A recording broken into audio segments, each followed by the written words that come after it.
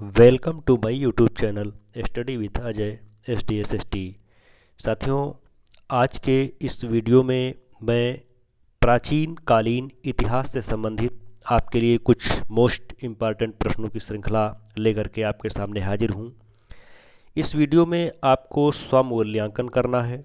ये देखना है कि इसमें से हम कितने प्रश्न सही कर पाते हैं।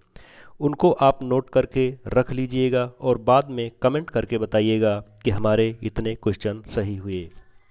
इस स्वमूल्यांकन टॉपिक के अंतर्गत हमने कुछ ऐसे चुनिंदा प्रश्नों को शामिल किया है जो कि यूपी लेखपाल, UPPSC, IS, रेलवे, SSC, इन सभी प्रतियोगी परीक्षाओं में यह प्रश्न पूछे गए हैं। तो इन प्रश्नों को पढ़ने के बाद कुछ सेकंड के लिए मैं रुक जाऊंगा, उसके बाद उत्तर बताऊंगा। आप लोग अपना उत्तर नोट कर लीजिएगा। तो शुरू करते हैं। आज का पहला प्रश्न है, उत्तर प्रदेश के किस नवपाषाणिक पुरास्थल से धान की खेती के साक्ष्य मिले हैं? मेजा, करछना, कोल्डिहवा, फूलपुर।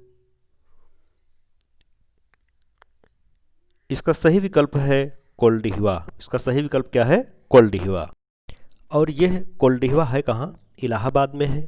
और यहीं से धान की भूसी और पुआल के भी साक्ष्य मिले हैं। नेक्स्ट क्वेश्चन है, महात्मा बुद्ध का महानिर्वाण कहाँ हुआ था? ऑप्शन है काशी, लुम्बिनी, कुशीनारा, श्रावस्ती। तो इसका सही विकल्प आप लोग नोट कर लीजिएगा। इसका सही विकल्प है कुशीनारा। इसका सही विकल्प क्या है? कुशीनारा, जिसे वर्तमान में कुशीनगर के नाम से जाना जाता है। 483 ईसा पूर्व में महानिर्वाण प्राप्त हुआ। नेक्स्ट क्वेश्चन है, सूरसेन महाजनपद की राजधानी थी? कांपिल्य, अहिछत्र, मथुरा, कौशाम्बी। ऑप्शन आपके सामने है, आप सही ऑप्शन नोट कर लीजिए। इसका सही ऑप्शन है मथुरा। इसका सही ऑप्शन क्या है? मथुरा। सूरसेन महाजनपद का जो क्षेत्र था वह मथुरा के इर्द गिर्द का क्षेत्र था और इसीलिए मथुरा ही उसकी राजधानी थी। नेक्स्ट क्वेश्चन है, गुप्तकालीन दशावतार मंदिर प्राप्त हुआ है? मथुरा में, अयोध्या में, देवगढ़ में, कौशाम्बी में। तो इसका सही विकल्प आप नोट कर लीजिएगा। इसका सही विकल्प है देवगढ़ में। यानी गुप्तकालीन जो दशावतार मंदिर है वो देवगढ़ में स्थित है। देवगढ़ का दशावतार मंदिर, ये परीक्षाओं में अक्सर पूछा जाता है। नेक्स्ट क्वेश्चन है, मथुरा किस महाजनपद की राजधानी थी? अभी इसी से रिलेटेड एक क्वेश्चन जस्ट आप लोगों ने देखा। तो विकल्प है मल्ल महाजनपद, कुर्म महाजनपद, पांचाल महाजनपद, सूरसेन महाजनपद की। ऑप्शन नोट कर लीजिएगा। सूरसेन महाजनपद, बिल्कुल उसी से रिलेटेड क्वेश्चन था, सूरसेन महाजनपद। नेक्स्ट क्वेश्चन की ओर बढ़ते हैं, श्रावस्ती किस महाजनपद की राजधानी थी? कुरु महाजनपद, चेदी महाजनपद, कौशल महाजनपद, वत्स महाजनपद। ऑप्शन आपके सामने है, सही विकल्प नोट कर लीजिए। तो इसका सही विकल्प है कौशल महाजनपद। यानी श्रावस्ती जो है वह कौशल महाजनपद की राजधानी थी। अच्छा, पहले कितने महाजनपदों में विभाजित था? 16 महाजनपदों में। कितने में? 16 में। नेक्स्ट क्वेश्चन है, हर्षवर्धन के समय कन्नौज कहलाता था? महादेवश्री, बुद्ध नगरी, धर्मनगरी, हर्ष की नगरी। तो ये कहलाता था महादेव श्री। क्या कहलाता था? महादेव श्री। क्योंकि जब कन्नौज के राजा हर्षवर्धन बने तो उस समय जनता बहुत खुशहाल थी, इसलिए ऐसा कहा गया महादेव नगरी। कौशल महाजनपद की राजधानी थी कौशाम्बी, सारनाथ, मथुरा, श्रावस्ती। तो इसका सही विकल्प आप नोट कर लीजिए। 4 विकल्प आपके सामने हैं। इसका सही विकल्प है श्रावस्ती। इसका सही विकल्प क्या है? श्रावस्ती। अगर वीडियो आपके लिए हेल्पफुल है तो लाइक जरूर करिएगा, शेयर जरूर करिएगा। बढ़ते हैं नेक्स्ट क्वेश्चन की ओर।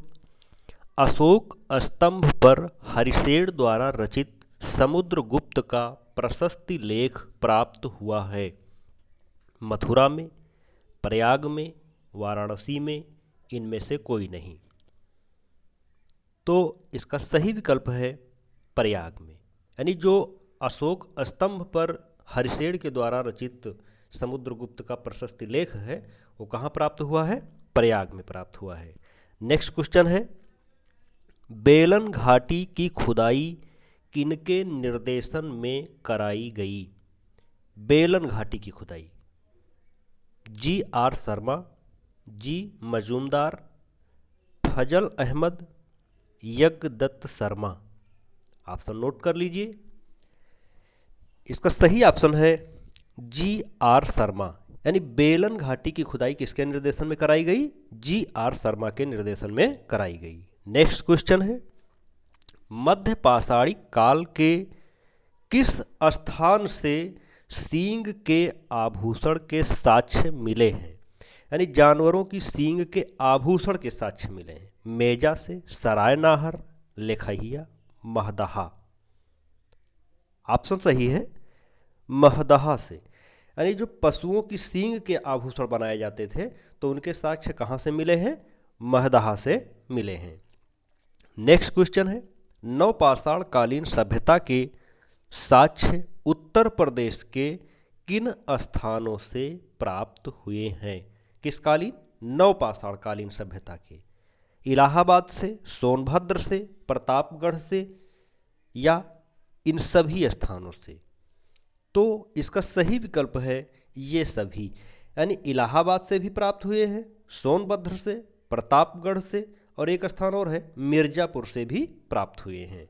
नेक्स्ट क्वेश्चन है, सिंधु सभ्यता का सबसे पश्चिमी पुरास्थल आलमगीरपुर किस नदी के किनारे स्थित है? ऑप्शन आपके सामने है, यमुना नदी, गोमती नदी, हिंडन नदी, गंडक नदी। ऑप्शन नोट कर लीजिए। इसका सही ऑप्शन है हिंडन नदी। यानी सिंधु सभ्यता के जो पश्चिमी पुरास्थल हैं वो आलमगीरपुर के किस नदी किनारे मिले हैं? हिंडन नदी किनारे।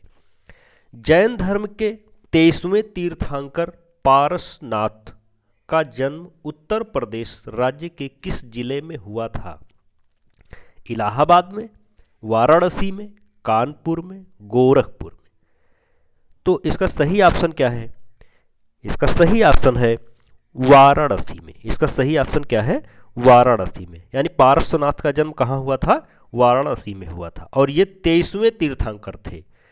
अच्छा, अब बात करते हैं 24वें तीर्थंकर की। तो 24वें तीर्थंकर का नाम आपको कमेंट करके बताना है। कमेंट के लिए मैंने लास्ट में एक क्वेश्चन और दे दिया हूं, लेकिन इसका उत्तर भी कमेंट करके बताना है। नेक्स्ट क्वेश्चन है, भारत के किस प्रदेश को बौद्ध धर्म का पालना कहा जाता है? बिहार को, उत्तर प्रदेश को, मध्य प्रदेश को, छत्तीसगढ़ को? तो इसका सही विकल्प क्या है? इसका सही विकल्प है उत्तर प्रदेश। इसका सही विकल्प क्या है? उत्तर प्रदेश को। और उत्तर प्रदेश को बौद्ध धर्म का पालना क्यों कहा जाता है? ये अभी लेखपाल की परीक्षा में पूछा गया प्रश्न है, इसको क्यों कहा जाता है?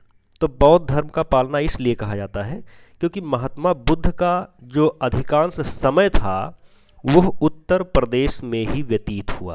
यानी महात्मा बुद्ध का जो अधिकांश समय था वह उत्तर प्रदेश में ही व्यतीत हुआ, इसीलिए इसे क्या कहा जाता है? बौद्ध धर्म का पालना कहा जाता है। तो क्या आप बता सकते हैं कि महात्मा बुद्ध ने ज्ञान प्राप्ति के बाद अपना प्रथम उपदेश कहाँ दिया था? तो अपना प्रथम उपदेश उन्होंने दिया था सारनाथ में, सारनाथ ऋषिपत्तनम में दिया था। और प्रथम उपदेश जो इनके द्वारा दिया गया इसे क्या कहा गया? इसे कहा गया है धर्म चक्र प्रवर्तन। यानी कभी कभी ये पूछ लिया जाता है कि महात्मा बुद्ध के द्वारा दिए गए प्रथम उपदेश को क्या कहा जाता है? तो इसे क्या कहा जाता है? धर्म चक्र प्रवर्तन।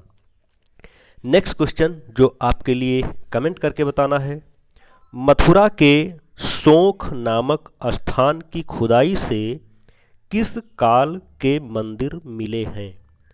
मौर्यकालीन, गुप्तकालीन, कुषाणकालीन, हर्षकालीन। इस प्रश्न का उत्तर आप कमेंट करके बताइएगा।